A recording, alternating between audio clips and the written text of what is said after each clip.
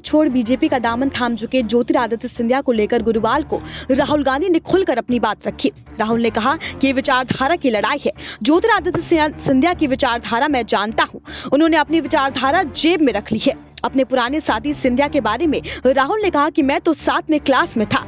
जो ज्योतिरादित्य सिंधिया बोल रहे हैं ये उनकी विचारधारा नहीं है।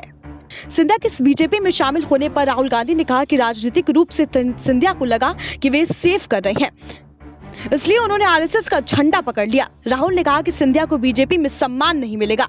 राहुल ने कहा मेरी पुरानी दोस्ती है, उनके दिल में और मुंह में अलग अलग चीजें हैं। कांग्रेस के पूर्व अध्यक्ष राहुल गांधी ने गुरुवार को कहा कि ज्योतिरादित्य सिंधिया को अपने राजनीतिक भविष्य का डर लगा है।